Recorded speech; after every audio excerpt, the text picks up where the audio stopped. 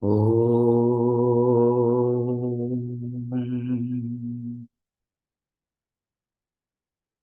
Om.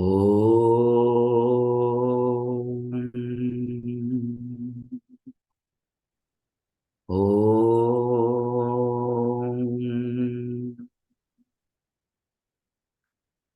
Om Sahana Vavatu Sahanao Bhunaktu Can you call sir on? Sahaviryam Karvavahai Tejasvi Navadhitamastu Ma Vidvishavahai.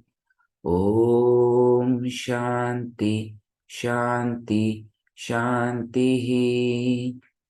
Om Sadashiva Samarambham Shankaracharya Madhyamam Asmadacharya Paryantam Vande Guru Paramparam.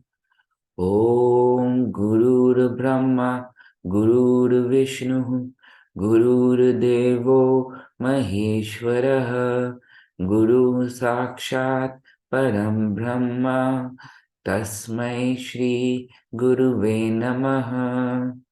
Om Saraswati Namastubhyam Varde Kamarupini Vidyarambham Karishyami Siddhir Bhavatu Me Sada Karpanya Doshopahata Svabhavaha Prijhami Tvam Dharma Samudachetaha Yachreya Nishchitam Bruhitan Me Shishyasте aham shadimam tvam prapannam. Om Vang me manasi pratishtita Mano me vachi pratishtitam Aviravirma edhi Vedasyama anistaha anistaha Shruttam me ma prahasihi Anena aditena Ahoratran sandadhami Ritam vadishyami Satyam vadishyami Tanmam avatu Tadvaktaram avatu Avatu mam Avatu vaktaram Avatu vaktaram. Om Shanti Shanti Shanti. Om Bhadram Karne Shrunuyam Devaha Bhadram Pashemakshapir Yajatraha Sthirair Angai Sthirair Sthirair Rangai Stushtu Vangum Sastanubhihi Yashem Devahitam Yadayuhu Swastina Indro Vridhashravaha Swastina Pusha Vishwavedaha Swastina Stakshyo Arishtanemihi Swastino Prehaspate Dadhatu. Om Shanti Shanti Shanti. Om Aham Vrikshasya Dereva Kirti Prishtam Girereva Urdhva Pavitro Vajiniva Swamritam Asmi Travinagam Savarchasam Sumedha Amritokshitaha Iti Trishankor Vedanuvachanam. Om Shanti Shanti Shanti.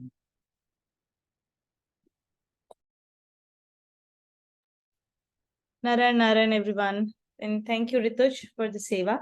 You know your practice points, so I'm not going to repeat. All right. Last class we did Shloka 13 and 14, where we were discussing the characteristics of a devotee who's dear to the Lord, right? Can I request who wants to summarize? Sanchita, Naina, any one of you wants to summarize?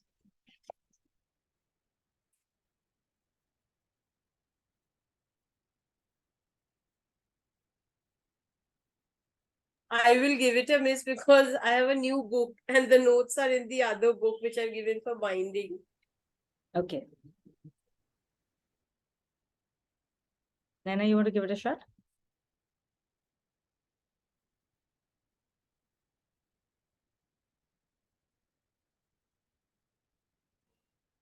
I'll try. Not so great, maybe. So we started with being friendly. It's part of our without being should not look for validate one who's not looking for validation, looking for or looking for perfect outcome with every interaction. I mean, friendly without the ego, and not being possessiveness, without being identifying with any object, then attaining.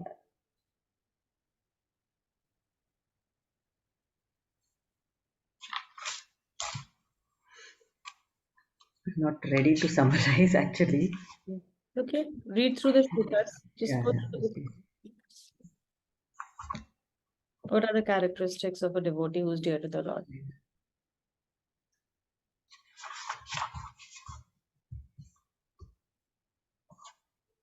Not having a grudge, Mm-hmm. not harboring a grudge against anybody, and being friendly. A nature of a person to be happy with when a friend is happy, and unhappy when the friend is unhappy. Like being empathetic. Mm-hmm. Then compassion. Compassionate devotee has the compassionate feeling for everyone. Mm-hmm. Compassion. It's written here. Impulse of a devotee's own nature and not for any ulterior motive. Hmm. Free of possessiveness. Sometimes a person is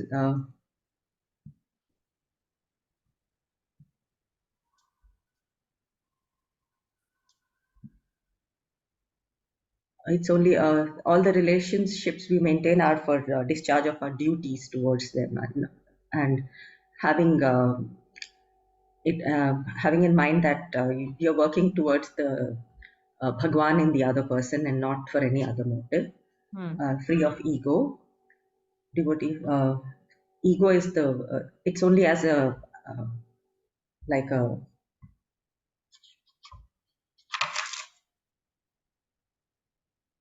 we have to identify all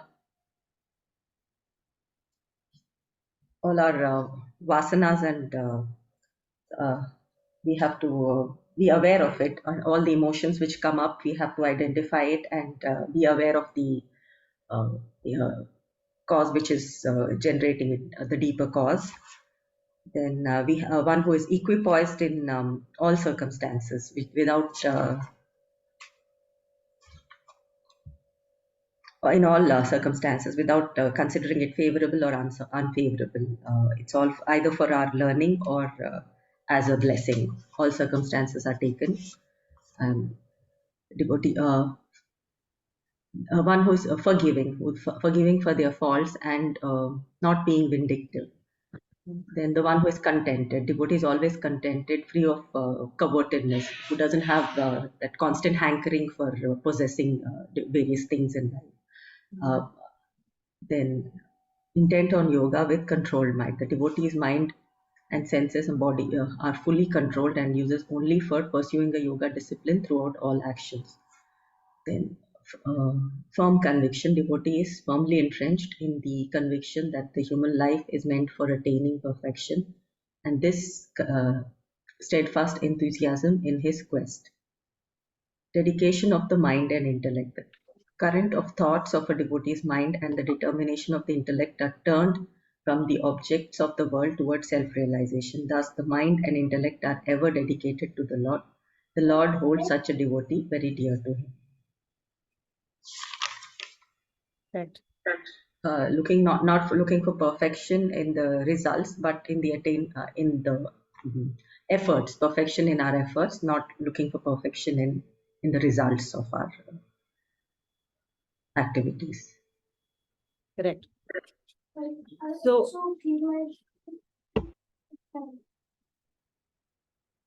Yes.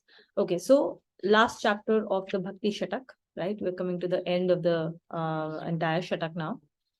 And in Bhakti Yoga, I think one of the most important things that Bhagwan Ji tells us is, first is that Lord is committed to our redemption. Okay. Whatever he does is for our ultimate benefit. That's the only commitment he has. So whatever VVGP we find in our lives is meant, if we use it correctly, to take us towards the higher good, towards the ultimate welfare. Now, whether we see it or not correctly, and whether we use that VVGP appropriately or not, depends on how clean our antakaran is. If our antakaran is not clean enough for us to be able to see Bhagwan Ji in that VVGP, to see how that VVGP is for our ultimate welfare, we won't be equipoised. But if we do, then we will be equipoised because it is for our ultimate welfare, right? Life is rigged in our favor. In our favor, meaning in the favor of our ultimate welfare, not in the favor of our wants and desires. Right? And then Bhagwan Ji says that how will he make sure that you are able to actually flow with the program he has created for us? How do we flow with him correctly? How do we stay in that space of ultimate happiness and joy constantly? So for that, he said that you need to cleanse yourself and you need to connect with me. So through the chapter, as we progressed, he told us how to stay connected to him, right? So the first thing he said was that you have to have your mind and your intellect fixed in the Lord. Mind and intellect fixed in the Lord means that your mind is only contemplating on him. And every time a VVGP comes in, then your intellect is activated to think about the principles or the laws of nature, laws of Bhagwanji that are at play, and that will determine your own action and your own behavior. If you're constantly able to invoke that, that means your mind and intellect is resting and fixed in him. Right? So you're not contemplating on the material objects. When you look at a person walks in the door, you're not contemplating on the clothes he's wearing. You're not contemplating on how he's behaving. You're not contemplating on, external aspects of that person. You're not contemplating on how that person walked in and did not do this or did not do that or said this or said that or what, you're contemplating instead on the aspects of the Lord inside of him. Right? So that is the meaning of your mind and intellect rested in him, right? When you are constantly in that space, then you're connected to the Lord constantly. And in that space, you never get your fill of the Lord. Unlike the material objects that have a marginal utility, which is negative, that means the more you get, the lesser you want it beyond a point. Even for something as essential as water or food, right? You stop, your first bite of a food has the highest marginal utility, right? And after that, it's diminishing. But that's not true of Lord's love. When you're constantly thinking, see, what is love? What is love? Think about your own thing, right? When you are in love with your children, you're in love with your family, when you're in love with your husband, your wife, your girlfriend, boyfriend, whoever, right? You're constantly thinking about them. You look at the entire room full of people, the person that you're in love with will be the first person who will constantly catch your eye, and that's the person that you will always have at the back of your mind. Correct? So that is the concept that you will start to experience with Lord as well, when your mind and your intellect is rested in him. That is your love for him, and your love for him and yearning for him will only increase. That piece does not have a negative marginal utility. There is no satiation in that space. Okay, that's the only thing that does not satiate. Everything else in this world has a diminishing marginal utility, right? And Bhagwan Ji says that now suppose you don't have that level of stability in your mind or intellect, that you're constantly rested in him. Then he says, okay, you don't have it, then it doesn't matter. Become aware. As soon as you're out of that space, bring it back in. the yoga of constant practice, right? Abhyas yoga. Get it back, get it back. Be aware. Keep getting it back. How will you get it back? How will you even become aware that you are out of that space? Because half the time when we are in that space, we don't even realize, right? We're just constantly drifting away with the thoughts and other things that are taking us along, right? We just go along for the ride. Naam jap. When you are doing naam jap constantly, at some state that awareness will arise. Oh, I'm out of that space, and you will be able to get it back, right? So the fact that you're constantly practicing for it to the best of your abilities is good enough for the Lord, and He will bestow His blessings on you. They say that you take one step forward, Bhagwan Ji takes the same step forward, except that His step is much larger than our step. Right? Now, Bhagwan Ji says, okay, suppose you are unable to even undertake the yoga of Abhyas Yoga, correct? You are not able to do that also because you're not that aware, right? Not doing enough Naam Jap at this point of time, right? So then he says, okay, then at least perform all your actions for me. So you're not thinking of Bhagwan Ji. When you're looking at the world, you're not at that every time thinking of Bhagwan Ji. You're constantly looking at the material objects and you're only looking at them for what they are in the material world, right? You're interacting with people with a lot of sense of separateness because you can't see the Lord in the other person, which is the space for all of us, right? This is me, this is somebody else. Then have your intellect determine the fact that ultimately it's all for the Lord. Ultimately, this is all Bhagwan Ji, but I'm not able to see it. Okay? Then at least do all your actions for me. Even by performing all your actions for me, he says, you will attain me. Do that at least. Shri Krishna Arpanamastu. Every single thing that you do, you eat food, Shri Krishna Arpanamastu. You go to office, Shri Krishna Arpanamastu. Right? Do it with the proper bhav, Shri Krishna Arpanamastu, for every action, every thought, everything you do in this world, Shri Krishna Arpanamastu. At least do that. While you're performing the action, you're not in the space of being equipoised or being with the Bhagwan Ji. But at least after you've done the action, just do Shri Krishna Arpanamastu. At least do that. Right? Then he says, okay, if you are unable to constantly, like before you start the action, you do Shri Krishna Arpanamastu, you forgot. Okay? Then after you have performed the action, then you remember, then at least cut your this thing with the results and realize that, oh, I am attached to the results. Cut the cord. Shri Krishna Arpanamastu after the action. Okay? You forgot to invoke Bhagwan Ji at the start of the action, at least invoke him at the end of the action. Sometimes the results happen much later. Cut your cord to those actions. Renounce the results. Actively. When you create an intention, it happens. If you don't create an intention, nothing will happen. So he's saying create that intention. Try and create that intention at the start of the action. If you can't create that intention at the start of the action, create that intention at the end of the action. Right? And then say, I renounce these results. Shri Krishna Arpanamastu, ye aapka phal hai. Right? At least do that. And then he says that this entire action, what he's teaching us is Bhakti Mishrit Karma Yoga.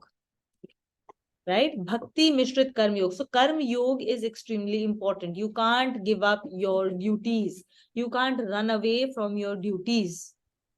You have to still stay in this world. Even after reading Gita, you will stay in the same space. Your VVGPs are not going to change. Right? Your VVGPs will not change, but your way of dealing with the VVGPs must change. In fact, if it does not change, if your way of behaving or dealing with your VVGP does not change, then Gita utri hi nahi hamare andar. We've not imbibed Gita principles. Then it's a waste of time. It's a complete waste of time. Don't waste your time. Might as well go and enjoy yourself outside. Okay?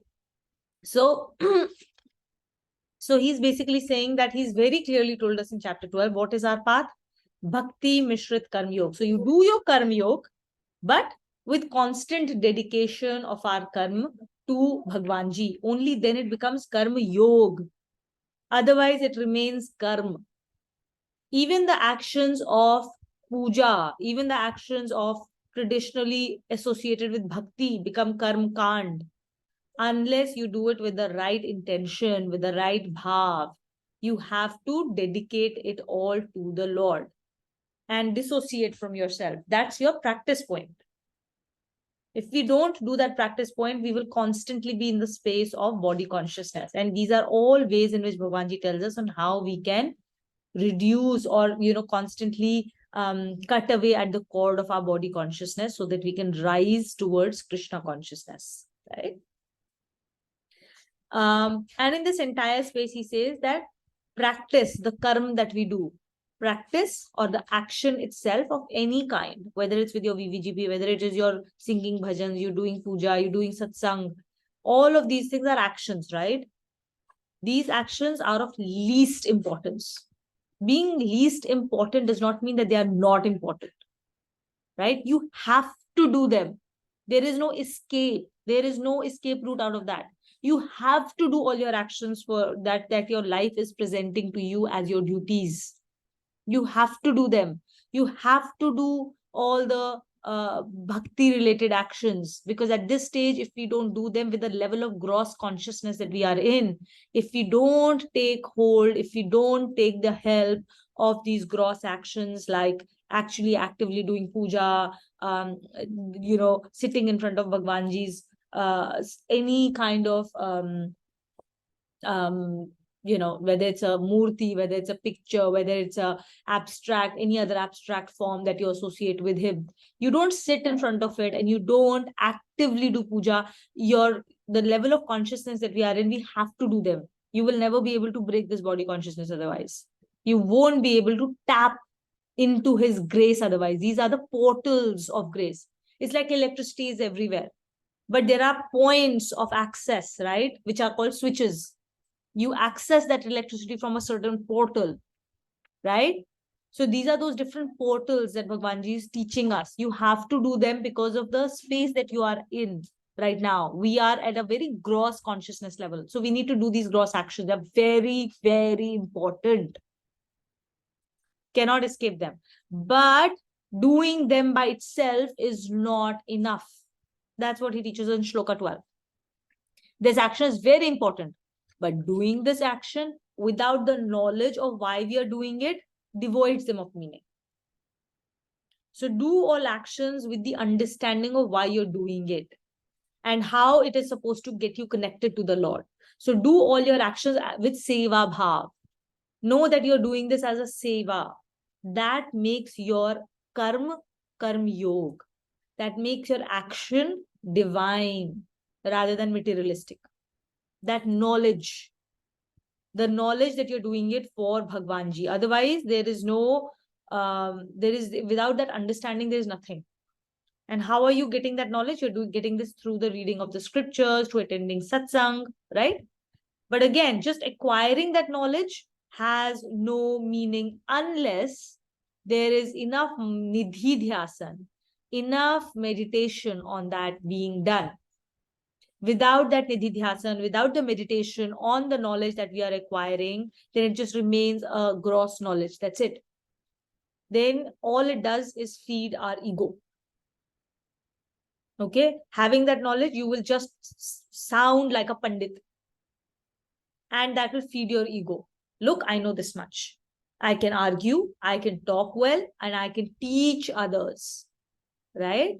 So without nidhi dhyasan, without that knowledge getting imbibed in our behavior, we are only feeding our ego and getting further and further away from the Lord. Okay, so very important is to do nidhi dhyasan and imbibe this knowledge into our daily lives. It has to become me story. Everything we read has to become my me story, related to your me story, and figure out how do I practice it today, here, now. It doesn't have to be, another week, a very large situation where I have to practice that point.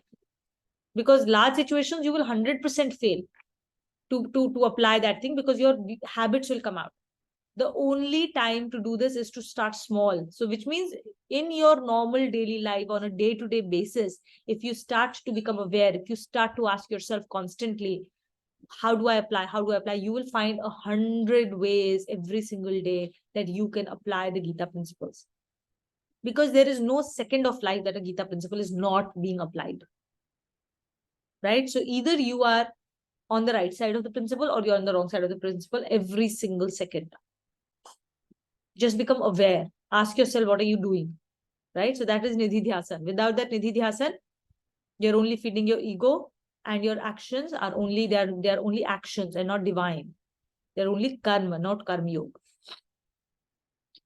And then again, meditation, if you just do constantly, just stay in that space of like, now I'm meditating on these actions, I'm meditating on the thoughts, I'm meditating on these things, and I'm doing Nidhi Dhyasan, right?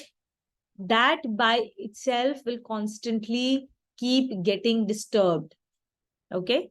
That will keep getting disturbed. But you keep at it, keep at it, keep at it. Ultimately, where do you have to go to? Why will you keep getting disturbed from that space of meditation? Why will you get disturbed from your connection with the Lord? Why will you not stay in connection with the Lord? You will not stay in connection with the Lord unless you give up your attachment to the results of the actions that are happening as a part of you living this life. Ultimately, all of this knowledge, all of this Nidhi Dhyasan has to translate into Vairagya, renunciation, not renunciation of the world, not renunciation of the people around you, not renunciation of the material things that are coming your way, renunciation of attachment, renunciation of attachment to the relationships, not the relationships. You're not giving up relationships. You're not saying, I'm going to leave my family and go. I will now leave my job and sit at home and just do puja. Okay, that is not what is being said. You have to give up attachment to the activities. Nobody's saying give up your house and go live in a kutia in a Himalayan forest. Right? That is a misrepresentation, gross misunderstanding of Gita. You stay in the same house, do the same job, live with the same family, live with the same set of people, and those certain circumstances and people will keep changing as you evolve. However, you have to give up your attachment to people, possessiveness of people. This is my child, this is my house, this is my job, this is my responsibility, this is my result. Right? That possessiveness, that ego, that attachment to the results of the actions, to people around you, to the objects that that have been given to you for performing your duty. That attachment has to be renounced. Vairagya has to seep into that portion. Once that vairagya comes in, that is the basis of joy. Then you will do all the actions out of joy and not for getting joy from outside inside of you. Then you're in a state of natural joy. And then you will do everything from that space. Make sense? Yeah, Rituj. Can you hear me? Yeah. So about this point on the renunciation of the attachment to relationships, and I think there was something that I realized a couple of weeks ago about the fact that how relationships, at least in my life, they tend to last much longer when I'm less attached, not detached, but less attached to the people who are in my life.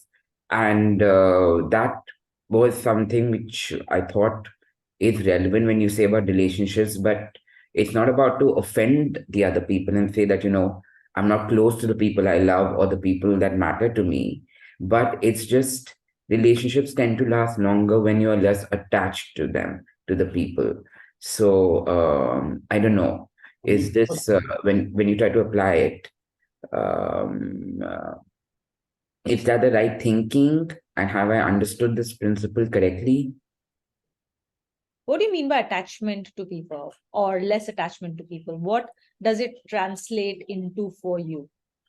For me, it is the relationships that I have in my life. When there is attachment, I feel that there's expectation. And then when there's expectation, then there is sort of disappointment that, if I do something, doing, then, oh, they should also do something. So that's again wrong, because that if you do something for someone, you need to do it selflessly out of love and not expect anything in return. So the more attached I am to someone, I'm again getting dependent on the VVGP around me to just feel better. but that is but what I need to just attach to is God, and my relationships automatically tend to, I they seem to be, I think, less attachment just makes the relationship last longer. I feel that's what I feel as a principle, and that is the, I don't know if I've answered your question though. Have I answered your question? When you think, so you were saying that I'm attached to a relationship or I'm detached to a relationship, and that Yes. doesn't mean that I need to offend people. Why do you think you will offend a person if you're not, if you're detached? Wait, he will answer. I'm telling you, he will get to it. Why do you think people will get offended if you are detached with them? Not detached, so less attached. Not Less detached. attached. So why? Yeah. So because I'm telling you that you should not be attached at all. Yes. Less attachment is also attachment. And I'm telling True. you, you need to True. be not attached at all. So you're Why do saying you complete think you'll detachment. offend people? Complete Yeah. detachment. Why do you Complete think you'll detachment. offend people? That's only my ego, I guess, right? It's just my ego. What And do you think will become absent from that relationship, which you think will offend people if you are detached from them? no, I think if you're detached, then means that those people are not going to be in my life. The So people that that is matter. now, this is where the problem lies. Huh. Why do you think that being detached means people are not going to be there in your life at all? There's a big difference, and this is something that we all need to understand. There's a big difference in love and attachment. Okay. You can love people, and Yes. you must love people, be available for them at all times, and not Yes. disappear from their lives or get them to Hmm. disappear from your lives. You Hmm. love people, you make yourself available to people in whatever capacity you can, that your Hmm. duty allows you to do, Hmm. without being attached to them. We tend to confuse love and attachment, and that's the crux of the problem of all our relationships. Hmm. I mean, Now you take. yeah. So I think here it's important to understand what is the definition of attachment and where does it come from? Exactly. And the Hmm. difference, Is that love. was what I And was what getting. is love, right? Attachment essentially is the result of rag and dvesh. When you like or dislike something, so you get attached to something or someone because they make you feel good. Because of what they do for you, So every time not they, why what you do for them. so every time they do something for you, it's created an emotional response, a chemical response in your body that makes you feel good. The dopamine kicks in, and so you start saying, you know what, I like this experience, I should hang out with this person more, and then you get attached to that person. You Because get you're attached. So attached, again, you're not attached to that person. you're attached to, You're attached to your own sense of pleasure. correct. And With so that person. attachment always means that there is expectation. So attachment, Expectation of something that will make you happy. So even when you think you're doing something for the other person, you're constantly expecting something in return. That something could be a thank you, or it could be something more bigger than that. But there's always an expectation with attachment.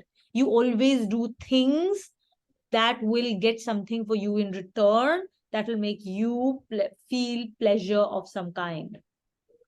That is attachment. Love, on the other hand, so what means happens, so what happens with attachment is, because it stems from rag and dvesh, your entire relationship with that other person is based on your ego and the other person's ego. correct. You stroke that other person's ego, you will get more pleasure. You don't stroke that ego, you'll get dvesh. So the whole relationship then is you're relating to the other person through their ego rather than their divinity. Correct. And that becomes Your a cycle. ego relating to the other person's ego. That's the relationship of attachment. That's where attachment comes in, right? Love, on the other hand, and when you get completely detached from the other person's ego, and when love comes in, every moment with that person is an experience of gratefulness. If something happened that was favorable, And every conversation is either for your ultimate uddhar benefit or their ultimate benefit. That's it. Hmm. Nothing, So, anything else sorry. in the middle is Okay. So therefore, you're saying attachment is attachment of the egos, whereas love is connection of the atmas. Correct. correct. And the very quick way to differentiate between the two in a practical way is love will always make you want to do things for other people with no expectation. And you are not going to unnecessarily go out of your way, because that can, like, you will always know what are the boundaries and what Hmm. is your duty, right? So, for example, in a mother child relationship, out of love, sometimes you will scold them. You will not always give anything and everything that the child wants, because you're doing everything for their ultimate welfare. If that means taking a strict stance, you will take that strict stance. In case of a spouse, love would mean that you make sure that the person is doing whatever is required to be done for their ultimate uddhar. Attachment is let them do whatever they want, or I will give them whatever they want and that I can give them, so that it makes them happy, so that they make me happy in return. Hmm. So there's a big difference between love and attachment. The problem comes when you say get detached. People think, oh, that means that I will become, that I will not be present in their lives, or they will not be present in my life. Hmm.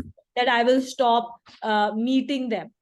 Hmm. I will stop doing things with them. That there is no love anymore. There are no emotions anymore. Then it becomes like an emotionless life. That is not true. You will actually be left with a lot of emotion, but only the positive type of emotion. Because the negative emotion only comes in when there is an expectation in that relationship and that expectation does not get fulfilled. So there is a lot of emotion left when attachment leaves, and that emotion is that of love and joy and happiness. So, sorry, just to think, I was thinking while you were sharing this about letting go as well. That's also important then. Yeah, You letting know, go of what? Letting go of your ego and the ego. attachment that stems from it. Yes. You just have to let go of it. And you have to always keep telling yourself that if your atmas are connected and it's not. And And because you don't have to do anything for the atmas to get connected. it just There is, happens. it is always there. It is ever present, because there's only one Lord. It Hmm. is ever present. So we are doing nothing to create it. What Hmm. we need to do is to subtract. There is no addition required. There's True. subtraction. Our life journey is about subtraction, Hmm. taking things out. Life is about vairagya. Vairagya is giving up, not taking in. Hmm. You don't have to take in joy or happiness. The whole point of experiencing that light within, you're not taking in even gyan. Hmm. That gyan will come from inside. Hmm. Once you start to leave, Hmm. happiness, joy, wisdom, the fact that you are him, all these things will emerge from inside. They will shine. They are already there inside of us. We just don't know it because we have covered it with so much of dirt, with Hmm. so much of the path that we have done in our lives, that there is no way for us to connect. So our whole process is giving up, becoming lesser and lesser and lesser until there is nothing of us, which is that ego that we connect to, is left anymore. Like we're like an onion, no? Layers keep coming off, and the essence is just that. Yeah. Thank you so much. Yeah, Visalakshmi. Yeah. I can't hear you. Yeah. My question is say I love my kids, for example.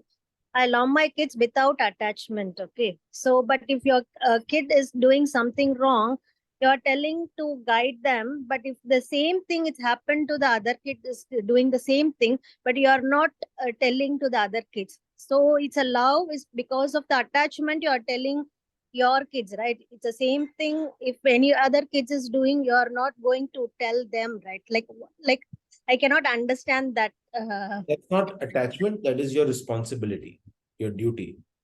Bhagwan Okay. has given you two children or one child or whatever, and Mm-hmm. your duty to train them, educate them, bring them on the right path. Right.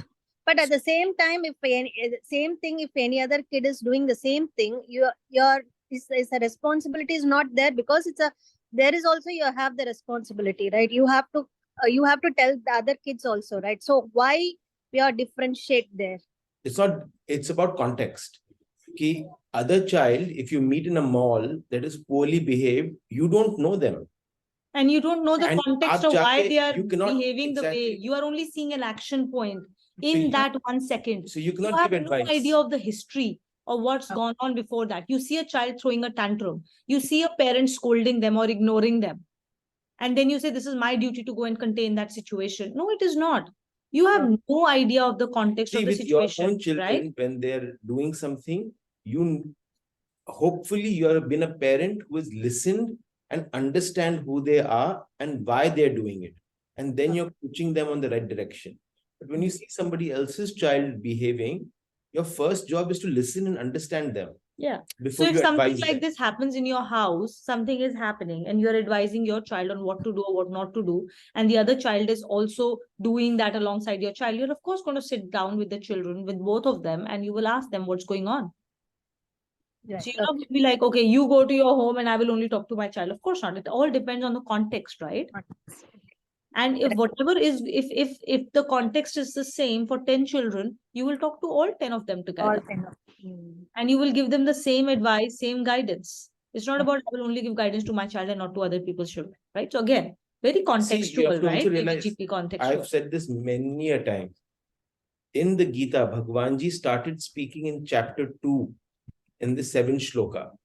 Up to that point, only Arjun was talking. It is only when Bhagwanji fully understood Arjun is ready to listen, did he start speaking. Speaking, right? If Bhagwanji can wait for 60 shlokas or 50 shlokas before speaking, I'm sure we have that skill to discern who to speak to, what to say, and first use our ears before we speak.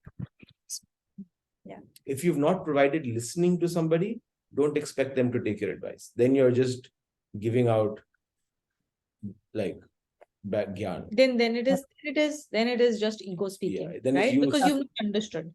Yeah, you have to understand the other person first. That is one. Second, we say that this is also important, right? These are nuances you've got to understand. And you will understand them better the more your antakaran gets cleansed. We say that we love all equally, right? Love all equally. That's the principle. I have to love my husband. I should love my sister. I should love my parents. I should love my children. I should love my friends. I should love my strangers, all equally. Practically speaking. Now you have to get nuanced about the practical implication. The way I will love my parents is going to be different from the way I will love my child, or will be different from the way I will love my husband, will be different in the way I love my colleagues.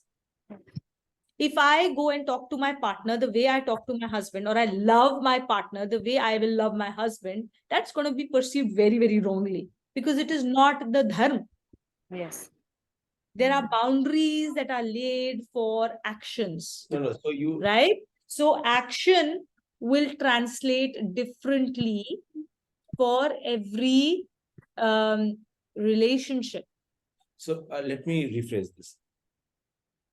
The expression of the emotion Yes. is different for different people. So I will Correct. express love differently to my parents versus my child versus a stranger. But the bhav is the same. Exactly. The bhav, if a stranger, if a child, this happened 2 days ago. A child on a bus got hurt on the head, and his head was swollen, and he was crying incessantly, like for like 30 minutes, right? 20 minutes. He was 2 years old, whatever. You could see people getting uncomfortable, ye, wo, vagara. And this is in a rural part of India, so there's no. And I remember in my mind, all I kept thinking was, Bhagwanji, just make sure he gets the attention he requires and do what is for his and his family's ultimate welfare. That's it. It doesn't, that is, I would say, that bhav of having for every single stranger is the basis of love. Can you say a silent prayer to a person who is angry, who's in the middle of the road fighting with somebody else? Got nothing to do with you. Can you say a silent prayer of love to a person that you think in office is distressed without you having to communicate to them? That would be love. Thank you. Smita. Smita, you have some question? Yeah, I just thought so I just wanted to bring a personal story out here that, at this stage of my life, I'm struggling with my teenager daughter.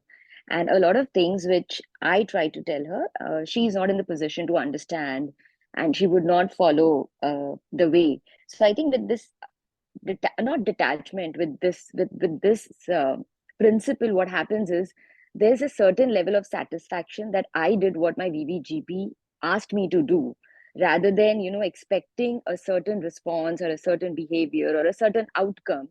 It lessens to a certain extent some burden which we carry on ourselves, that our kid should behave or should be a reflection of more or less what we expect or what we are. So I think it just helps. I think this little bit of detachment also helps, that we've done our duty and let the other person take its own course. Actually, Smita, I think one of the big things that always creates a tussle in every relationship, whether it's a teenage daughter or our parents, even as grown-up people that we are, and with even smaller children, is two things, okay, that go wrong in every relationship: control and expectations. Okay, we have a sense of world, we have a sense of worldview, which we think is absolutely accurate, and we want the whole world to subscribe to that worldview and live their life in consonance with that worldview, and that worldview excludes all other worldviews, right? And in that sense, we try and control people, their actions, their behaviors, in the name of protecting them. And in that and then we have to also see at some stages our ego comes into play a lot. Before you get to ego, to add to that, right? Your child, right, is weaker than you in every single aspect.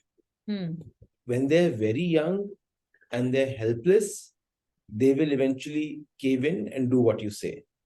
But as they grow older, they learn how to argue. They're articulate enough, they understand enough to argue, right? And somewhere it is very important for us to make space for understanding their worldview and understanding and empathizing that they will not get it. No matter what I tell my son today, he's not going to get the implication of his action 10 years from now. It's very hard, right? He's only 8 years old. He cannot think that far, right? There's a physical limitation. That is why they're children up to the age of 18 or 20 for that matter, right? So conversation with kids is something that you have to grow into, and they will start arguing a lot more because now they're finally understanding things and they're trying to assimilate the world. And it's okay for us to give them a little bit of space to build that understanding themselves, and give them space that they won't get it. It's okay. No, and also give them space to make mistakes. I think what happens is that we become very afraid of children making mistakes. We are constantly trying to protect them because we can see you do action A, it will lead to result B, and I want to protect you from it. So you're not protecting them. You're what you're doing is you're attached to the eventual results and outcome. That is it. You want the children to get that right result, them because you want them to have that end result or outcome, but in reality, you're doing neither, because the child is not understanding. You are creating a lot of stress in conversation because you think that particular outcome is the best outcome and the only outcome for that person, not realizing that person is also Bhagwanji's child, and Bhagwanji has their script written for them. They will figure it out. And also, now that does not mean that we won't talk to our children or not have conversations. I think the most important point for all our children is for us to give them a proper listening ear, right? Understand where they're coming from. That understanding is very important. That's the starting point of the relationship with them. Try and understand the world that they are living in. what are the pressures that they're dealing with, and how are they processing the information that is coming to them, and why are they making the decisions they are making. And then from there, the best we can do is to explain to them from our point of view and show them, once you've given them enough listening, then they become extremely receptive to listening to you. Children come out wanting to have the best relationship that they can with their parents. They are wired for that. It is up to us if we can give them the best listening, and then we show them from our experience, give them examples, like talk to them about our experiences, and then show them, and then leave the room open to tell them and to ourselves that this is my experience given the VVGP I grew up with, and this is sometimes our experiences do not necessarily translate into reality in the changed world outside. So give that space and trust the children as well, right? And that will only come when we stop attaching ourselves and our ego to our children, that they reflect me. What happens is, if they behave poorly in a certain situation or in a social setting, it immediately starts to reflect on me as a mother. What did I teach my children? What will others think of me? What will others think of my child? It all becomes a part of my ego, I, me, myself. Now we are digressing because there are so many situations. As with everything else, it's very contextual, and nothing that we'll say here will directly apply to any one of us. But these are different situations that we are saying about our children. And again, Smita, we have to be completely detached, not a little detached. Yeah, yeah. Right? What I'm trying to also say is that, it also, this principle gives a certain level of comfort that we've done what we are supposed to do. 100%. And then they have their own sanskar, which will take them forward into their way of understanding whatever we have tried to explain it to them. So it also brings some peace, is what I'm trying to say. Yeah. That peace is there. Otherwise, there's always a constant questioning of yourself that, I should have done this, I should have done that. I mean, so that is the element that I was trying. Right? The Yeah. guilt that keeps coming in. Yeah, and which I think mothers carry a lot more all the time. So yeah, I think I feel that it's a certain peace that you get out of it. As the That I only tried. father, I'll say no. Not the only father. No, you cannot disagree on that. Mothers are far more guilt conscious at every aspect. I don't know why. I'm just joking. Yeah. So I think the big takeaway, Smita, is that the more you give up the attachment, the more sense of peace you will have. You give up a little attachment, you get a little bit of peace. That's like you've already experienced it, right? It's experiential for you now that you can talk about it. So what I would say is that walk on that path further. It's already given you that I do this a little bit, this is the result I get. Do that even more. The more attachment you give up, the more sense of control you give up, the more attachment is a big word, right?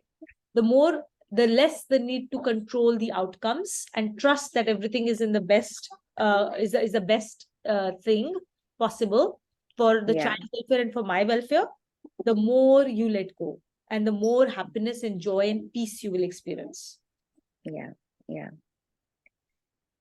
And it's a constant struggle. It's like a everyday thing. It's not like the situation has dawned on you and now you'll be like at peace at it. No, it's like every day, every minute when you have a discussion, it comes again.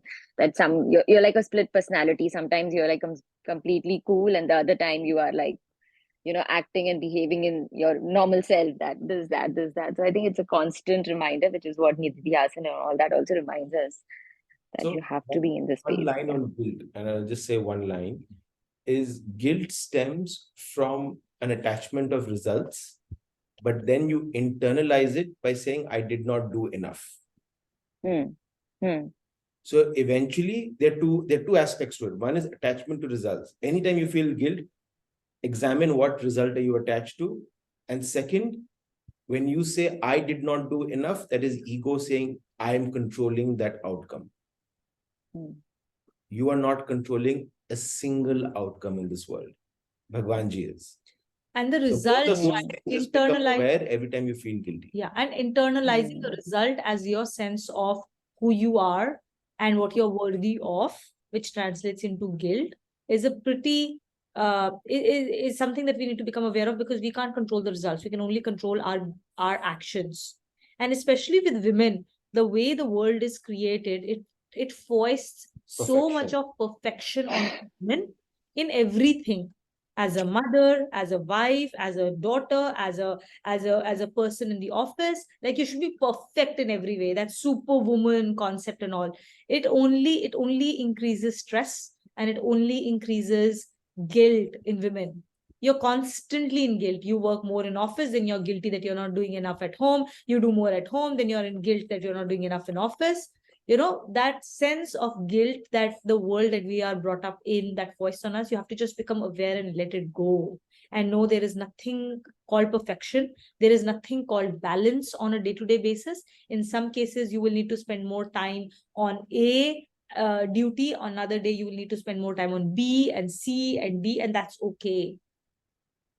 There is never going to be a perfect balance. There's only one balance that's possible, and that's in your own mind and sense of peace, equipoise in every situation. Outwardly, there would be no balance ever, because this world is constantly moving. How can it be in balance? Yeah.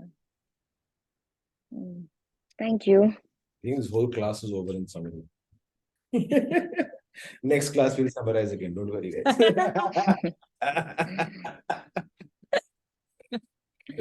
एक श्लोका कर ले.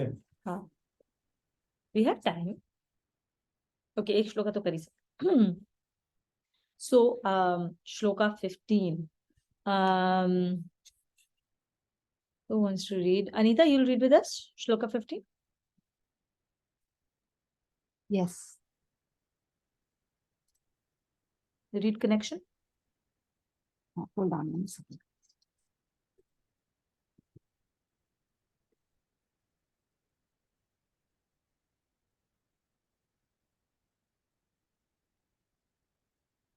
Connection. The Lord now recounts the behavior of a devotee to the others. Yasmano dvijate lokaha. Yasmano tvivije lokaha. Yasmano dvijate lokaha. Yasmano tvijate lokaha. Lokano dvijate chayaha. Lokano tvijate chayaha. Harsha marsha bhayodvegaha. Harshamarshavayo devaha. Dvegaha. Dvegaha. Mukto ya sacha me priyaha. Mukto ya sacha me priyaha. Read. One who casts no vexation to others and who does not get vexed by others is free of elation, intolerance, fear and anxiety is dear to me. A devotee behavior while dealing with or speaking to others, a devotee is careful to see that no vexation is caused to others. Similarly, there is no vexation by other people's behavior. A favorable turn of events or circumstance in life does not elate the devotee, nor is there any intolerance for other people's conduct. Being totally convinced of the merciful dispensation of the Lord in all circumstances, there is no apprehensions of any kind, nor is any quarter given to a feeling of anxiety. Such a devotee is regarded by the Lord as being dear to him. So here, be aware of these 4 emotions that have been underlined: elation, intolerance, fear, and anxiety. Be aware of them, because every time you feel them, you know you are no longer being a bhakt. Every time you feel elated about something, you know you've just taken credit for that outcome or result. In all four cases, if you feel any of those things, you're attached to an outcome.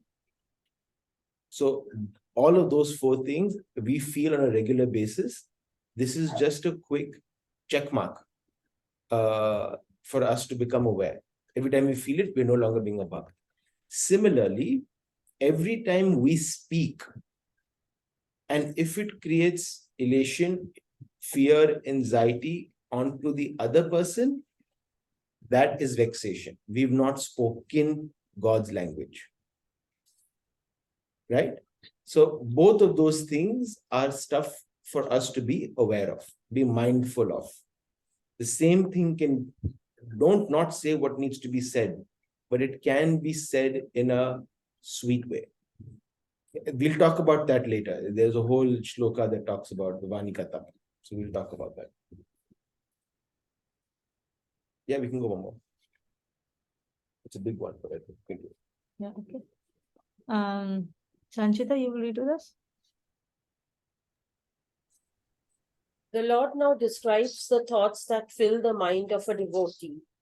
Anpekshaha shuchirdakshaha Anpeksha suchir dakshaha udasino gatavyathah udasino gatavyataha sarvarambha parityagi sarvarambha parityagi yo madbhakta same priyah yo madbhakta same priyaha. Free of expectations, pure in heart, adroit in his work, impartial in dealings, undistracted in mind, giving up all controlled ambitions, such a devotee is dear to me. yo no hrishyati na dveshti Yuna rishyati na dvishti, no shochati na kankshati na shuchati na kankshati, shubha parityagi shubha shubha parityagi, bhakti mansaya me priyah. bhakti man yasame priyaha. One who is never elated, never hateful, never grieved, never covetous, never biased by likes and dislikes, ever full of devotion is dear to me. The thoughts in a devotee's mind, free of expectations. A devotee is always prepared to perform all duties arising out of the circumstances at any time, but no action is performed or for fulfillment of any expectations. Pure in heart, being free of covetousness and malice, a devotee is pure in heart. As a result, purity of conduct becomes a habit with the devotee. Adroitness in actions. The devotee does all actions for the Lord and is extremely careful and assiduous in doing them, leading to natural adroitness in work. So for these three, right, let me summarize it. The very first one, free of expectations. We've talked a lot about this. But the first part of this explanation is very important, which is a devotee is always prepared to perform all actions, all duties coming out of circumstances. Always be prepared. So what is the principle here? Work out of happiness, not for happiness. Always be prepared to do that work regardless of being attached to the outcome. And this is very true and can be visible. The best example that I've always heard of this is that one person at a wedding, a Chotu or a Raju, right? There are lots of other workers, but there's this one person, if you have work to, you call him and he'll just get it done. He's always available, always smiling, always ready to serve. And that is just a example of who we need to be in every VVGP. Be ready to serve, be ready to do work, not because of the result, but because that's the opportunity you've got. And do it out of happiness. So that's the second part. Being pure in heart, doing it with the right bhav, right? And the third part is being mindful when you do it.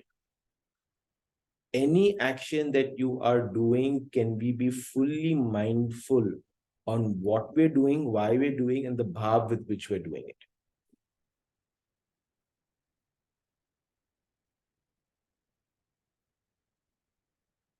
Yeah.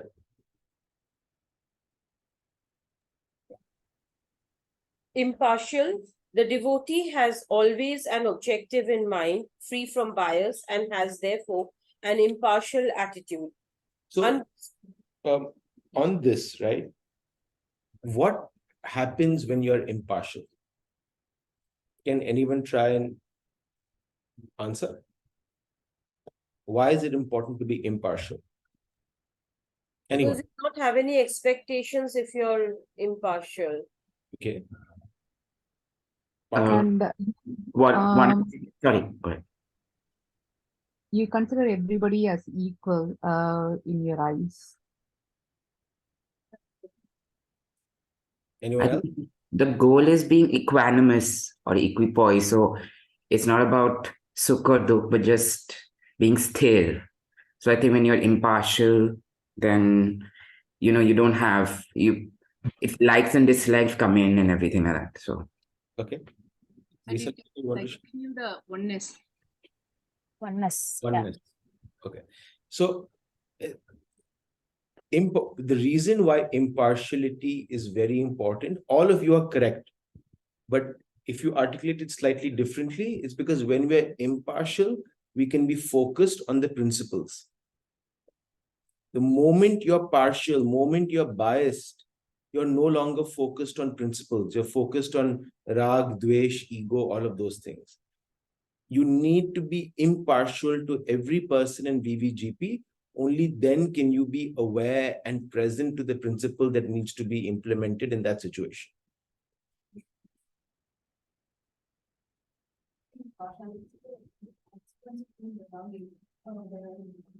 Sure. Yeah.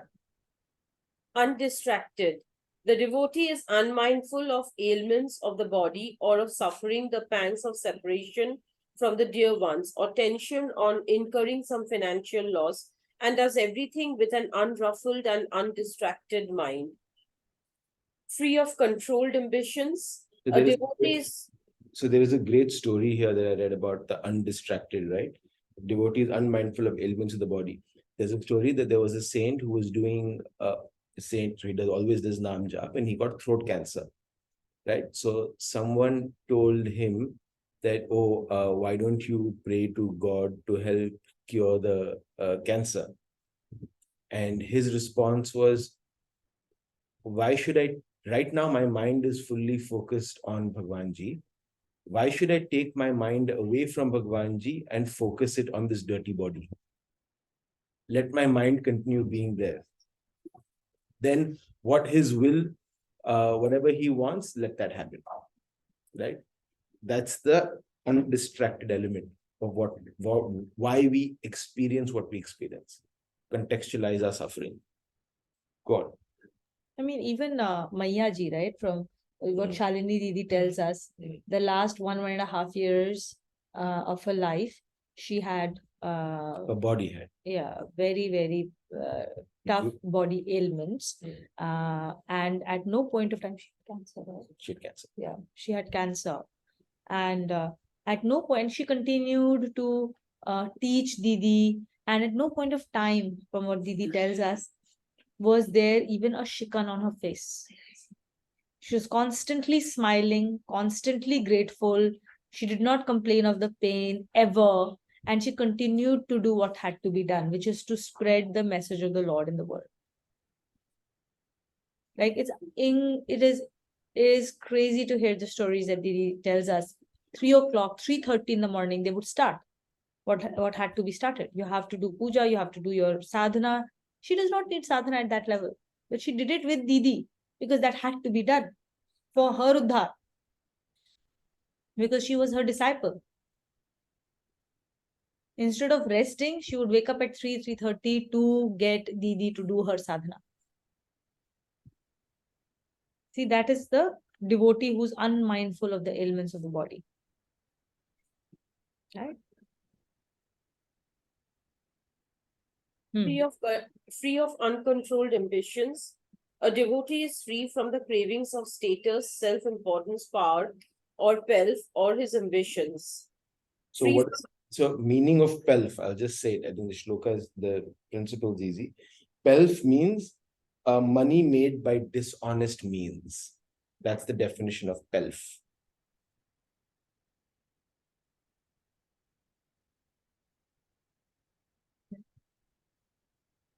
free from elation, hatred, grief, and covetousness. Favorable conditions do not cause any elation to the devotee, nor is there any hatred for anyone. A devotee values objects of the world only for their usefulness, for the performance of duties, without coveting them or grieving for their loss. Free of bias, the actions of a devotee are regulated and are ordered by situations and circumstances, and not by any bias based on personal likes or dislikes. Such a devotee does not commit any sins and does all righteous actions as an instrument of the Lord. So you read this over and over and over again, you'll realize all of this is doing one thing and one thing only, which is keeping our ego in check. The moment you keep your ego in check and you keep that under control, all you will get is Bhagwanji is dear to me. He mentions it. So our main battle is the battle between Ram and Ravan. And Ravan We is are ego. all Ram. We know, we intellectually know it, but we identify with Ravan. And we cannot let go of Ravan. But that is the whole battle. Moment you let go of Ravan, you become Ram. And that- Ravan is nothing but ego.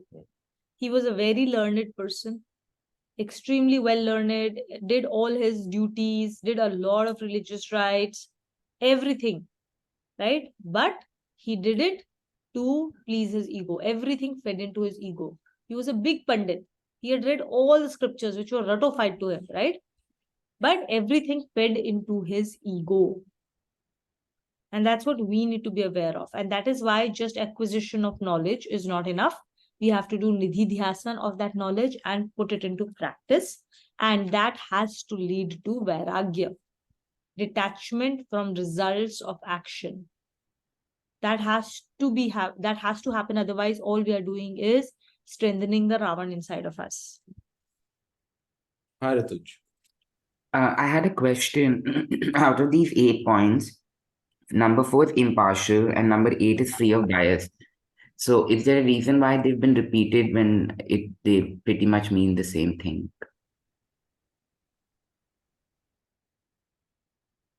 I think, I mean, I had the exact same observation while reading the shloka as well. I think the only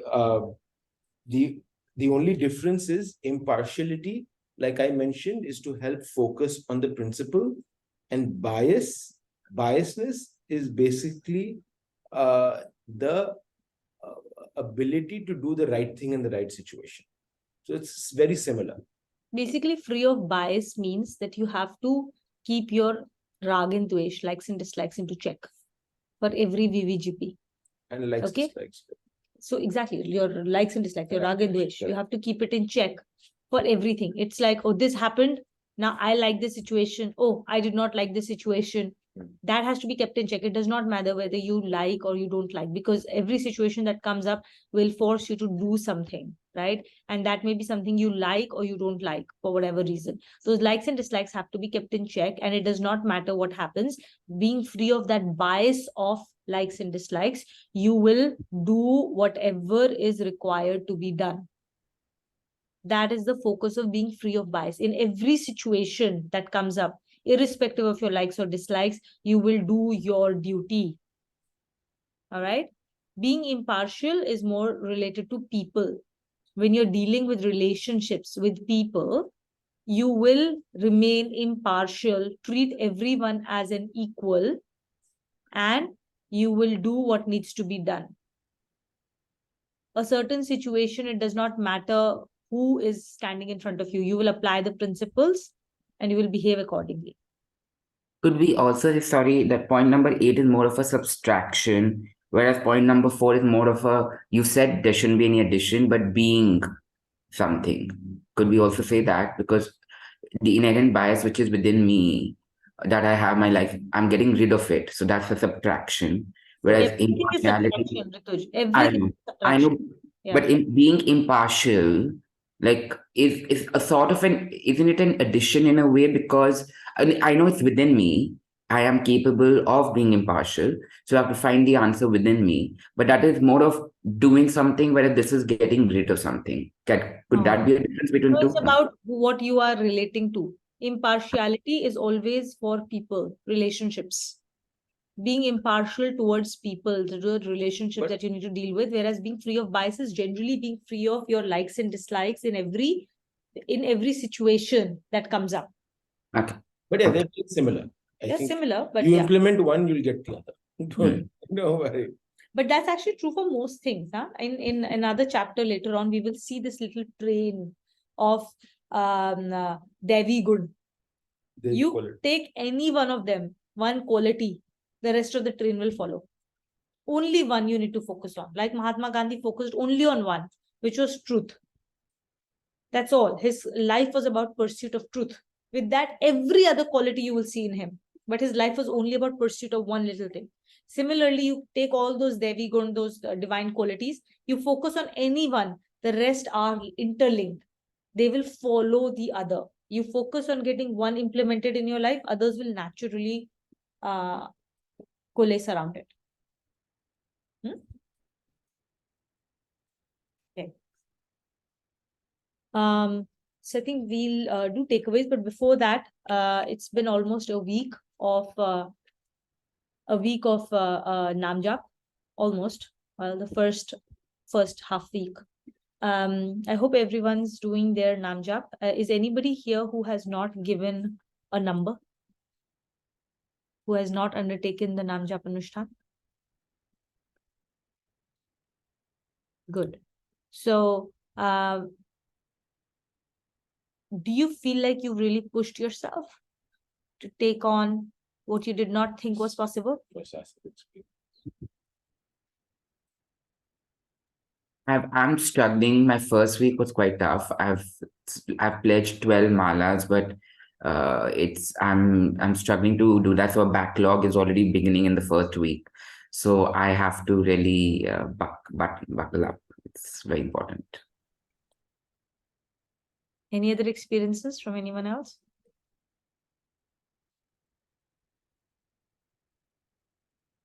How's the experience of Naam Jap going? For me also similar. Like, I mean, I struggled the first 3 days because from whatever I've been doing the last 2 times, I've really just, I mean, first year I started with 1, then I did 3. This year I'm committed to 5. So the first initial couple of days I struggled, but like yesterday I sat through and I finished all the backlogs that I had. So I think, yeah. Got it. What about others? I think likewise for me as well. I started with a commitment that I thought I could do, but then in the midway, this was before 27th. I started a couple of days to see where I can reach, and I realized I can't. And so I then by 27th, I refilled the form and brought it down. Where as I mentioned last time, where I feel I would be comfortable. And I did hear your views and, that how, it will come into your practice. Certainly, I'm seeing it has come into practice in certain ways, which makes me kind of do a little bit of more of Nidhi Dhyasan. But then it was also giving me a lot of, the earlier commitment was giving me a little anxiety as to I won't be able to commit to it and I won't be able to do it. And I tried and I couldn't. So yeah, my experience is same as others. It was challenging to what I had initially committed. Good. Yeah, I was also afraid of making a commitment because I've not done more than 2 before. Probably it was difficult. So, but it's easier this time around. And but for me, it is more about.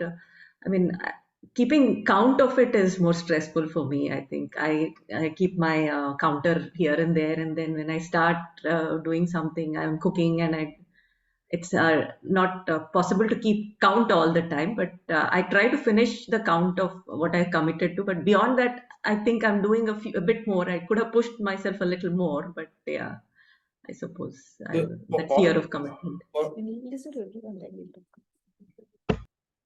Good, very good. I want to hear from others as well. What's your experience?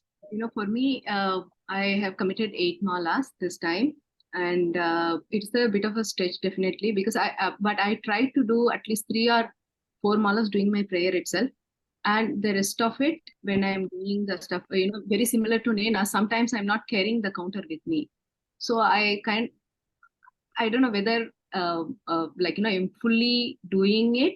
If there is a counter, if I'm sitting in front of the God, I know exactly that the 4 or 5 malas is getting finished. The rest of it, when I'm cooking or when I'm doing the other stuff before sleeping, I keep on chanting, try to keep the mind in place, but the counting part is missing.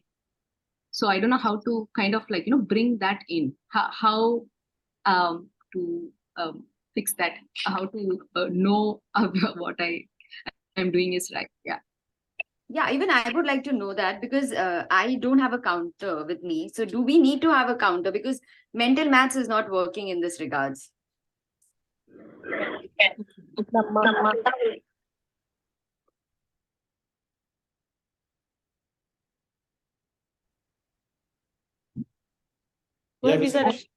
Yeah, I've started. I actually I mentioned very less number, but if I woke up early, then I increase my uh, 2 more nam jap every day. 2 more, like I mentioned less, but try to do more. But why I'm not mentioning in the group how many I can do it? Otherwise, I'm feeling very stressful, so I have to finish that. Then without finishing, I have that mindset, oh, I couldn't able to finish that, so that's why I'm mentioning less, but I'm doing a little more. Actually, 2 more I'm doing every day, so I try to do that way. I'm using the nam jap mala, that is helping me, not counter. So it feels actually, when you turn the mala with the 2 fingers, it also helping me to more focus actually. Nice. Anita, what about you? I have committed, I mean, I'm probably committed very less number out of everybody, but I'm like others. I was afraid for the commitment. If I do, but I try to do additional malas every time and I make it. So, I've been maintaining better. Since I didn't sign up for like 8 or 9 malas, but it helps. I drive, it's in my finger all the time, pretty much. So even if I'm in the meeting, driving, anytime I'm doing it. Bhageshri? So I think I could have pushed myself more, but I have realized that for first 4 5 days, I tried to complete my malas, even like while sleeping, or before sleeping in the night also, and I could feel that my day was calm and good. I felt connected, but for last 2 days I was kind of busy, and I haven't done the malas for last 2 days, so I have backlogs now. So and now I am feeling that for last 2 days I was not like connected to God at all. I mean, I could see that there is some difference with doing it and not doing it. So yeah, I'll try to complete the backlogs and then do at least the minimum number whatever I have committed. And then on top of that, yeah, also 3-4 days back, like I was trying to do it while I was cooking, but then it was not possible to click every time, or while I was walking around the house, I was, let's say, carrying something and doing some work, I was not able to click the counter every time. Then but then yeah, so I just do it without the counter sometimes, and yeah, with the counter whenever it's there. Yeah. Nice. It's very, very good and very powerful to hear these reflections. See, this is the learning process, right? And everything, what the number is not that important as much as the learning that goes with it. All right. We'll always learn something about ourselves and the limitations of what we place around ourselves for this, right? So I'll try and give some pointers based on my experience, right? One is whatever number you will take, right? Uh, Constantly, see, I'm hearing the word. It doesn't matter whether you've taken 12 or 16 or 2 or 1. The experience that pretty much everybody is saying in some form or the other is the word anxiety and stress, right? And an attachment to the goal of completing it because I'm completing it. Do you see your ego coming out in this? There is that anxiety and stress. I have committed a number and I have to achieve it is coming from ego. It's not coming from a space of divine. We've not given up our ego here. Okay? Just become aware of it. You don't have to change anything about it, but become aware that this is ego speaking. Okay? Second, there is attachment to the result of achieving that number. Just become aware of this is how ego manifests itself. And it manifests itself in most cases in high sounding principles, which seem right. That's how tricky ego is. And that is why doing Nam Jap is so important, because as we do more and more Nam Jap, this will reveal itself more and more clearly to us. That will allow us to deal with it and keep doing Shri Krishna Arpanamastu. Now, how do we commit a number and how do we track that? That's the way I used to do it was in the initial few days, right? I would sit down and do so first is get a counter. Okay, get a counter. Rather than doing it with the mala. Now you can do it with mala when you're sitting in one place. Okay, and you should try and do it if you can. Yeah. You should try and do it in one place, sitting in front of Bhagwanji, at least one mala a day. That is good. Why is it good now? Why is that considered one of those things that you should do? Because in that moment, it is your moment of meditation. Okay, it's a moment of express meditation or sitting down meditation that you should try and do. Sit in a particular place. Bhagwanji ka, you take his picture in your mind and then keep that picture in your mind while you do that meditation. Okay. So this is one form of exercise you will do that will help you control your mind. Just one form of exercise. Try and do this on a daily basis. At least one mala, two mala, whatever, depending on the number of malas you're doing. At least try and do one mala sitting in front of Bhagwanji and develop that discipline of sitting with Bhagwanji on a daily basis. That gross action will create a connection that will last you through the day, right? And as our practice strengthens, it's the effect may last you for 1 hour, then it will start to last you for 2 hours, then it will last you for 20 hours a day. That connection will last, keeping you calmer in situations that you would otherwise blow up, or will keep you calmer in situations that would otherwise create more anxiety.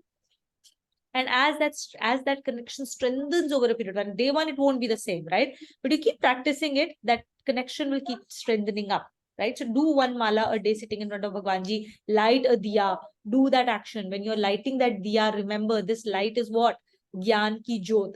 And you're requesting Lord to help you light that Gyan jyot inside of you, to help you cleanse yourself.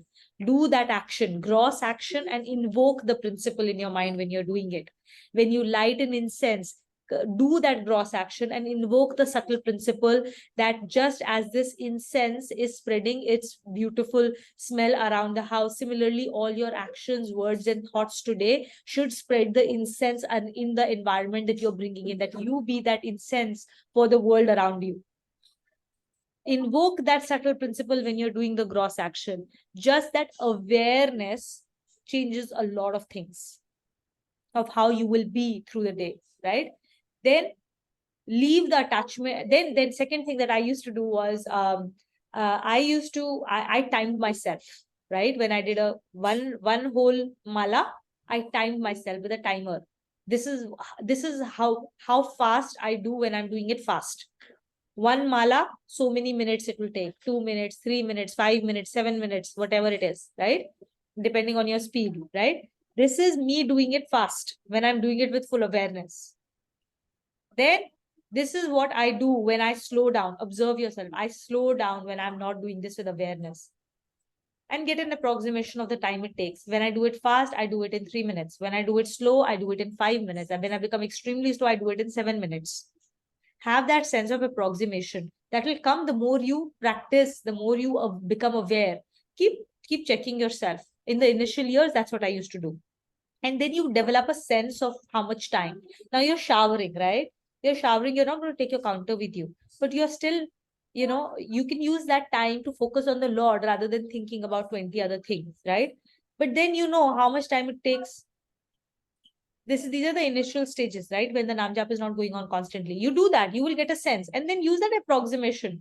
Okay, 5 minutes I was cooking, 10 minutes I was cooking, but I was constantly doing nam jap. Probably I was going at an intermediate speed or slow speed. So if I was cooking for 15 minutes, I probably did 2 more malas if I was constantly doing it with awareness, right? The approximations, use those approximations throughout the day when you can't carry your counter in hand. That's what I did. And I would give myself a little bit slack.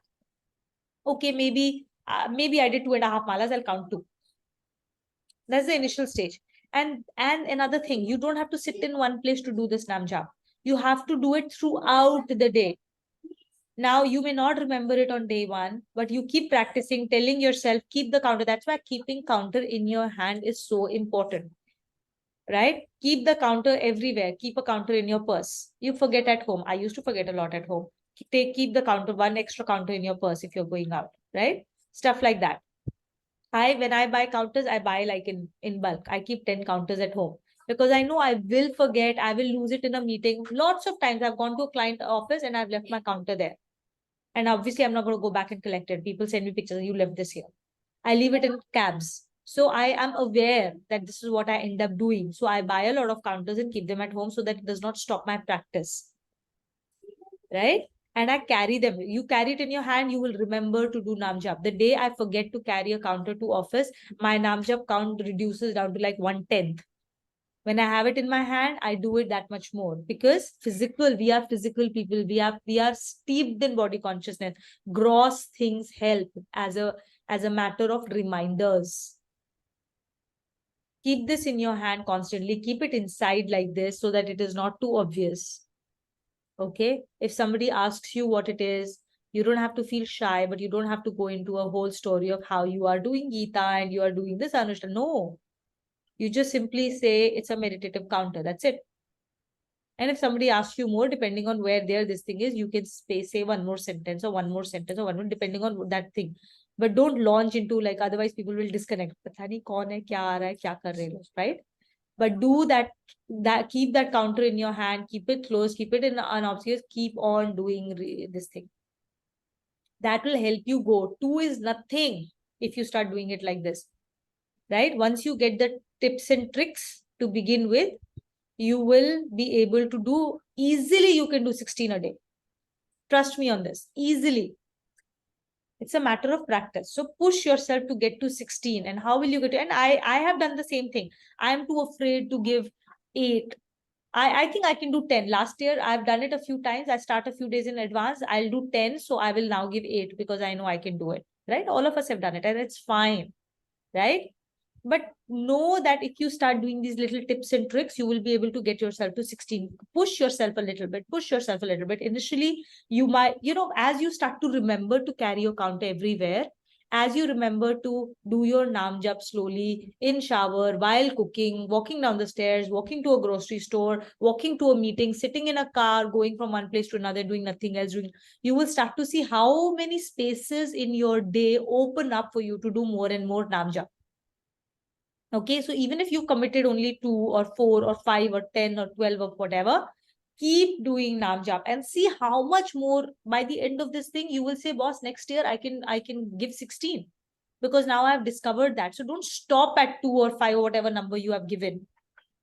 And remember, it's like saving for a rainy day. There may be a day you are actually unable to do something. So whatever extras you're doing, keep that track. Right? So keep an Excel sheet. I keep an Excel sheet on my this thing with a date, number that I have done, number I'm supposed to do. So the extras that keep getting calculated automatically. Right? And when we report the number that we've done, report the extra that we've done for the week.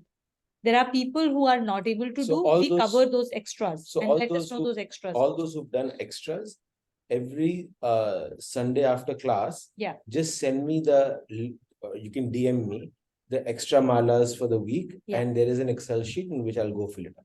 Right. And do it by end of Sunday, actually, night, because we start your week from Monday to Sunday. So on Sunday evenings, just give a number of extras that you've done for the week. Keep a track of it. Just do it right after class, because if you all remember then. No, Sunday but then night, what happens to the rest of the house? So it will come in following It will come in the next. Doesn't matter. So whatever. So keep one whatever Sunday is night, your number. everyone gets busy, then Monday starts and everyone forgets. Okay. So do put in your extras. Okay. Keep your Let's own. Let's do closing Shloka. I will, but this is important. Let me finish this. So this is how you track, right?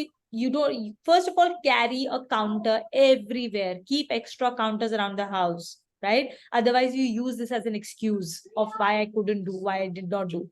And this is an example of how we create excuses in our life for a lot of things, of how we are limiting ourselves, right? And once you start to push through this and you start increasing your number of malas and you get to a certain point, your cleansing is happening. Okay, your cleansing is happening. It does not matter how you're doing your naam jap. बीज चाहे उल्टा पड़े चाहे सीधा पड़े, उसके अंदर से पौधा निकलेगा ही निकलेगा, right? So it does not matter how and when or where. That if I sit in front of Bhagwan Ji and then I'm doing my naam jap versus if I'm doing naam jap and I'm doing some other work with not full concentration, they are different. No, they are not. They are still cleansing you inside. Slowly, slowly, slowly, you will reach a point where 16 is nothing. One day you will start to do 64 malas, then you will do 80, then you will do 100. You will reach a point where Nam Jap has become like your breath. And it is constantly going on in your mind. It has become a part of your mind. That's the space you will go to slowly, slowly. Right?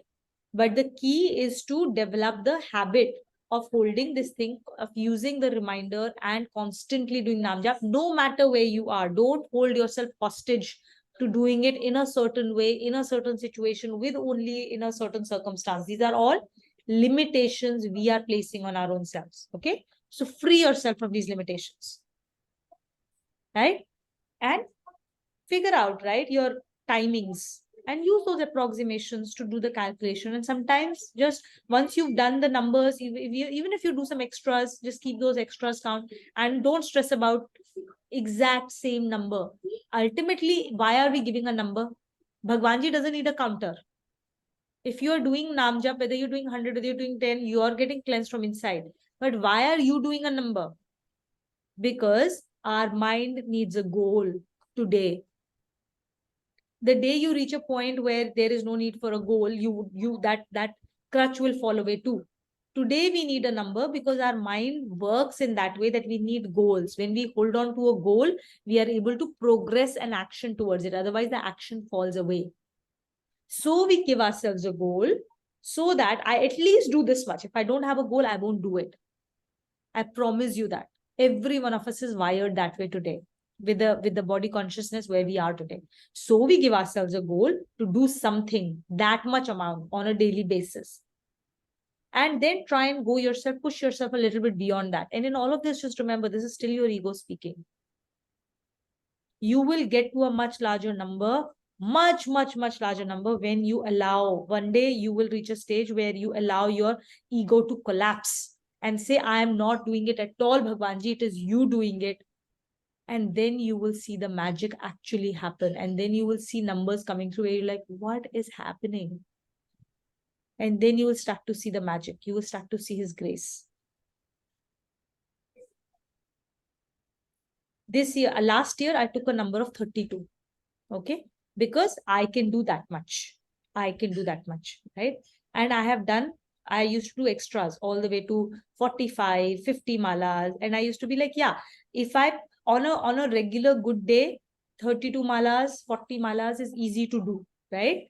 And if I push myself with a little bit more focus and all, then I can do up to 45, 50 malas. But going beyond 50, 55 malas is very difficult. Very difficult. It's rare. Going beyond 50 malas is rare. I can't do it. It's very difficult, blah, blah, blah, blah. I have to sit, I have to do all of those things. Still, I am doing it. My ego is doing it. My ego is doing it. I am doing it, right? Stress of doing it, counting the numbers. This year, Didi was pushing, right? Like Didi said, why are you doing it, right? So I was like, okay, I'm ready for a miracle. This year, I'm ready for a miracle because I'm not doing it. I want God to tell me how much he wants to do. So this year I committed myself to 64 malas. And till date, I have done 64 malas 7 days in last 5 years. Last 5 years, only 7 days with a lot of effort and focus and like jaan nikal gayi karne mein. And then I wonder dusron ne kaise kiya, right? This year, I always do this practice. So I told Bhagwanji, now you do. I have committed 64 because for some reason you put that thing in my head and you want to do it. I'll give it. If it happens, it happens. It doesn't happen, doesn't happen. I'm not doing it. You're doing it. Right? I have done 64 malas every single day thus far. And I'm not attached to the number even now. If it doesn't happen today, it's not me doing it. It's him doing it. I'm just watching. I'm just watching him do it. It's the first time I have experienced something like this. And I am in a space of amazement. I have never done this. So it's not me doing it. It's happening in spite of me. In spite of me. So I have just experienced that magic and I wonder what will happen through the rest of the time. And yesterday, Abhinav was telling me, I did almost 100 malas yesterday. I have no idea how it happened. I have no clue. It just happened.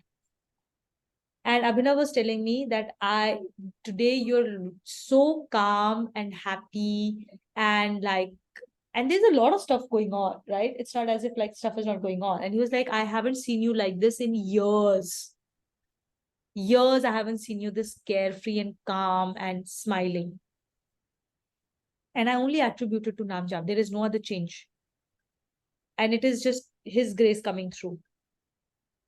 Right? And I'm aware, I did not want to say this because I haven't told this to Tanya or Abhinav or anybody thus far how much I had committed and what's happening. You did not know this, right? I didn't say it because I was so scared that the moment I will say it, ego will kick in. And then I'm so afraid the moment ego will kick in, I know it will face massive block in my progress. I will not be able to do this now because I'm not doing it. The moment my ego will kick in, it will stop it. I know I can't do it. But I'm right now sharing because I felt an urge to share somehow, feeling like I need to share with this class. So I'm saying this, that somehow there is this grace that's come through that I had never, it's magical. Magical. I'm telling you, I've never in my life can I ever do this much. Ever. It's impossible. But it's happening. It's happening in spite of me. And for me, yesterday night, I was sleeping and I was like, I want to think about this. I want to see how, like, disappearance, that whole concept of you create only limitations for yourself is so true. It's experiential for me today. And I'm trying to find other places and I'm like, I want to see how I can cleanse my ego in those other places to see his magic come through. Of how, what gets created through me when I am no longer doing things, when he's working through me. I want to see that. And I'm so excited to see that magic come through. Right? So build yourself to that goal, create systems around yourself, which will help you get to that stage until he takes over. But we have to do that to get to that level where he is ready to take over. Hai na? That's it. Thank you so much for listening in. Let's do our closing shlokas. Bhageshwari. Bhageshri has a question. Sorry, Bhageshri. Oh, yeah, I was just asking that what should we actually think while doing the malas and the jap? Don't worry about it at this stage. Just do the action for now. No, but the thoughts are there, right? It Look, can be thoughts normal thoughts like what will I do after this? What am I eating? What will I talk to someone? Whatever. Or it could be something. So you will realize you always have two voices or two spans of attention. So when I'm speaking, you are also speaking in your mind. What Namjap does is it takes over one of that voice and becomes the observer, and the other voice will continue. And it's okay. It's okay. One day, as you keep doing more and more and more, those thoughts that you're Merge. thinking will merge. They will stop. But that will happen only after a lot of practice and once your number of namjaps increase considerably. Today it won't happen. But don't let that stop you. This is part of the progress. No, sure. What should I think? So what should nothing. Ideally, when you focus, when you are aware of the namjap in your head, there is nothing else that you will think. You will do it with awareness. You will only do namjap with full focus. But the point is, you don't remain in that focus all the time. Still continue to do namjap, and your other voice takes over and does whatever it needs to do. But then constantly keep doing namjap. But yeah, when you become aware and you can come back to namjap, much better quality of namjap. Focus on it when you can. But for example, if I'm doing namjap while I'm driving, I can't be fully focused on that. I have to focus on the road also. But that doesn't mean that I won't do namjap. Namjap will continue in the background at a second layer of thought process. So I'm driving. Of course, I'm focusing on the road. I'm focusing on other cars. I'm focusing on driving, right? But at the same time, I'm doing namjap. So there is two levels of thoughts going on. But that background is namjap. I don't know how is that possible. Practice, then you'll know. I'm telling you, I do it. I do namjap while in meetings. I do namjap when I'm eating. I do namjap even now when I'm speaking to you. When I stop speaking, there's namjap going on. I'm listening to you and there's namjap going on. But that comes from practice. I've been doing it for 7 years, right? It wasn't the same way the first time. I also started with 2 malas. It happens. It's a matter of practice. When Rafael Nadal tells you that I don't have to think when a ball is hit at me, my body just reacts. I don't even know what's going on. It just happens, and he doesn't miss a ball. You get onto that court, and you'll be like, "There's no way. I can't imagine how you do that." Right? You see somebody who's been practicing for years for dance, and you see their dance moves. There's no way your body will move that way. Right? But that doesn't mean that it's not possible for you to do it, as long as you put in the practice that dancer has put in. It's totally possible. It's about the practice, right? Same thing for this. There's no difference. So what should be the ideal situation, like the ideal thought in the mind? First of all, ideally, what should be happening? I mean, don't attach yourself to a concept of ideal at all, because then you will get attached to that ideal, and that will stop your progress, because that will create a limitation. There is no ideal here, Bhageshri. The only ideal thing is, are you doing namjap or are you not doing namjap? That's it. There is no other ideal. Every other thing will come as a part of that practice. The thing that I've seen again and again that stops our progress and our ability to do more namjap is this ideal. And everybody creates their own ideals. For me, the ideal is I will sit in front of Bhagwanji and I will do it using a sandalwood mala. Otherwise, there's something jo kuch kami reh gayi. I've created a limitation. Let me rephrase this slightly. We spend about 14 hours awake, 14 to 15 hours awake. How many thoughts do we actually require to be functional and effective? Probably 7 to 10%. The rest 90% of the thoughts we think of on a daily basis are absolutely pointless. They're either in the past, or they're in the future, or they're just idly moving around in the universe. That 90% is your namjap.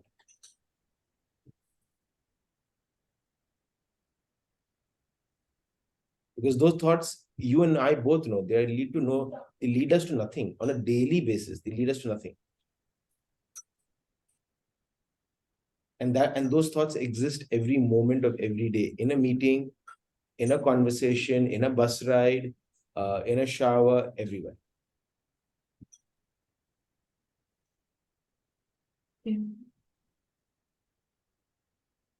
Should we do closing shlokas? Closing shlokas. Perfect. Yeah. I think Rituj had done the invocation, he but had he's to. not there. So, is there someone who wants to do the closing shloka seva? I can do it. Go ahead, Sanjita. ॐ सर्वेषां स्वस्तिर्भवतु सर्वेषां शान्तिर्भवतु सर्वेषां पूर्णं भवतु सर्वेषां मङ्गलं भवतु ॐ सर्वे भवन्तु सुखिनः सर्वे सन्तु निरामयः सर्वे भद्राणि पश्यन्तु मा कश्चित् दुःखभाग् भवेत् ॐ असतो मा सद्गमय तमसो मा ज्योतिर्गमय मृत्युर्मा अमृतं गमय ॐ शान्ति शान्ति शान्तिः ॐ पूर्णमदा पूर्णमिदं पूर्णात् पूर्णमुदच्यते पूर्णस्य पूर्णमदाय पूर्णमेवावशिष्यते ॐ शान्ति शान्ति शान्तिः ॐ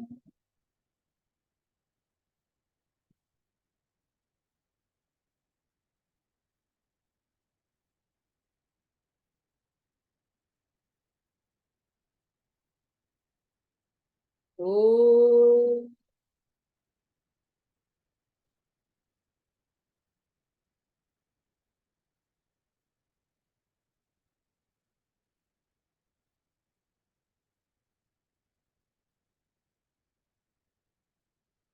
ॐ